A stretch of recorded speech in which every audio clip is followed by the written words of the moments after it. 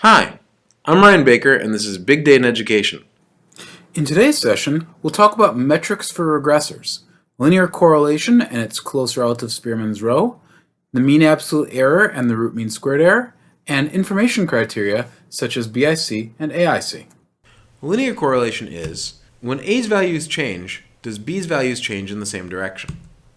And it assumes a linear relationship. So it assumes that it's not going like this. So what's a good correlation? 1 is perfect. 0 is no correlation at all. There's just no relationship. -1 is perfectly negatively correlated. In between, what's a good correlation? Depends on the field.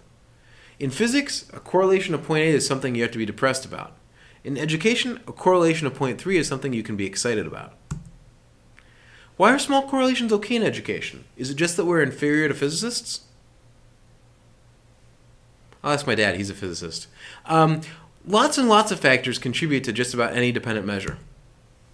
So let's look at some examples of correlation values. As you can see, 1 is just a straight line. It can be any slope except for flat. Couldn't be this either. But as long as it's going up, it's 1. If it's down, it's -1. You can see 0.8 has more spread, 0.4 has a little more spread still, but you can kind of still see a pattern, and 0 is just a blob, and then 0.4 going the other way, -0.4, and -0.8. So as you get more close to 1 or -1, you get more focused. And you can see that all the lovely stuff at the bottom all has a correlation of 0. Now it's worth noting that correlation tells you how good a linear relationship can fit the data, but it doesn't tell you everything about exactly what the relationship is. That's why it's still good to look at a plot of some sort. Take Anscombe's famous quartet. These 4 graphs all have equal correlation, but they tell very different stories. One of them, the top left, is kind of the classic image we have for a good but not great correlation. There's a line, they're kind of spread out along it. The top right, you can see that although that line fits the data with that same correlation, actually it's completely missing the point that there's a curvilinear function. The third one is a line with the wrong slope but an outlier. And the fourth one is just junk. These all get the same correlation. So correlation doesn't tell you everything, it's just a start. R squared is the correlation squared. It's also a measure, by some fancy statistical voodoo that I won't be talking about today, of what percentage of the variance in the dependent measure is explained by a model. If you're predicting A with B, C, D, and E, R squared is often going to be used as the measure of your model's goodness rather than R. This depends on the community. It's kind of arbitrary which ones communities prefer, but you might see it. Spearman's correlation, rho, is the rank correlation, and it turns each variable into ranks. So 1 becomes the highest value, 2 becomes the second highest value, 3 becomes the third highest value, and so on. You turn the variable into ranks, then you compute Pearson's correlation. There's actually an easier formula, but it's not relevant here. Spearman's rho is popular in cases where you have lots of outliers, or a relationship that's monotonic, but not particularly linear. It's interpreted exactly the same way as Pearson's correlation, with 1 being perfect, 0 being no correlation at all, and -1 being perfectly negatively correlated, just like my Uncle Jerry's tips on the stock market. So why use Spearman's correlation? Well, it's more robust to outliers than Pearson, and it determines how monotonic a relationship is, how much one going up associates with the other one going up, not how linear it is. And sometimes that's what you want instead. Next, we'll discuss the root mean squared error and its close relative, the mean absolute error. To get at the mean absolute error, you first take the actual value and you subtract the predicted value from it. You then take the absolute value of that. So if the difference is 3 or -3, it becomes 3. And then you average that across all cases. The root mean squared error is very similar, but just a little bit different. Rather than taking the absolute value, you square the difference between the actual value and the predicted value. You average those squares, and then you take the square root of that. So what's the difference between the mean absolute error and the root mean squared error? Well, at one level, the MAE tells you the average amount to which the predictions deviate from the actual values, and that's very interpretable. RMSE can be interpreted the same way, mostly, but it penalizes large deviation more than small deviation. However, the root mean squared error is largely preferred to the mean absolute error. And I'll show you why, and the example to follow is courtesy of my colleague Radek Pelinek at Masaryk University, who in a previous iteration of this course said, no, Ryan, you've got it all wrong, and here's why. And to follow is based on his suggestions. So in Radek's example, take a student who makes a correct response 70% of the time, and take two models. Model A predicts 70% correctness, and Model B predicts 100% correctness. So in other words, this student, 70% of the time they get it right, response of 1, and 30% of the time they get it wrong, response of 0.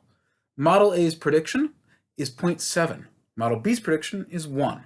So I'll ask you to pause the video for a second and think about it. Which of these seems more reasonable? Which of these seems like a better fit to the actual data here? So let's see what the MAE and the RMSE have to say about this student in these two models. MAE first. 70% of the time the student gets it right. In these cases, the response is 1. Model A has a prediction of 0.7, so the absolute error is 0.3. Model B, prediction of 1, absolute error is 0. The other 30% of the time, the student gets it wrong. Response is 0. Model A, 0.7, absolute error, 0.7. Model B, 1, absolute error, 1. So if we compute the MAE, we find that 0.7 times 0.3 plus 0.3 times 0.7, 0.21 plus 0.21, for a total MAE of 0.42. Model B, well, 0.7 times 0 and 0.3 times 1. 0 plus 0.3, so an MAE of 0.3. And if you didn't totally follow that, go back to the previous slide and take a look again. So in other words, Model B, which gives a probability of 100%, matches a student whose actual probability is 70% better than Model A, where the probability of the model and the probability of the student are identical. Something a little weird about that. So the metric's the metric, but do you believe it? Is Model B really better? Now let's look at the RMSE. 70% of the time the student gets it right. Response is 1. In these cases, Model A's squared error is 0.09, and Model B's squared error is 0. 30% of the time the student gets it wrong. In this case, the response is 0. Model A squared error is 0.49, and Model B squared error is 1. When we add it all together, we find that Model A has an RMSE of 0.21, and Model B has an RMSE of 0.3. So Model A is better according to RMSE. The model that says that a student whose overall probability is 0.7 can best be predicted with a probability of 0.7 does better than the model that says that it can actively be predicted with, and to me at least, this seems a little bit more reasonable. Okay, so moving on. A low RMSE is good, and a high correlation is good. Now some cases are pretty obvious. If you have a low RMSE / MAE and a high correlation, you've got a good model. If you've got a high RMSE or MAE and a low correlation, you've got a bad model. What if you've got a high RMSE or MAE and a high correlation? In this case, the model's going in the right direction, but it's systematically biased. For example, your model might say that adults are taller than children. You got the correlation in the right direction. But it says that adults are 8 feet tall and children are 6 feet tall. It's got a pretty high error. What if you've got a low RMSE or MAE and a low correlation? Well, in that case, the model values are in the right range, but the model doesn't capture the relative change. And you can see this sometimes if there's just not that much variation in the data. This is actually a pretty bad case. Sometimes people will treat it like it's good if the RMSE is good, but if the correlation is bad, you've got a problem. Now let's talk about information criteria. BIC, the Bayesian information criterion, makes a trade-off between the goodness of fit and the flexibility of fit, or in other words, the number of parameters. The formula for linear regression, called BIC prime, is a function of your number of students, or number of data points, and your number of variables, and also of your correlation. So BIC prime has some nice interpretability. If you've got a value over 0, then your model is worse than expected given the number of variables. If you've got a value under 0, then your model is better than expected given the number of variables.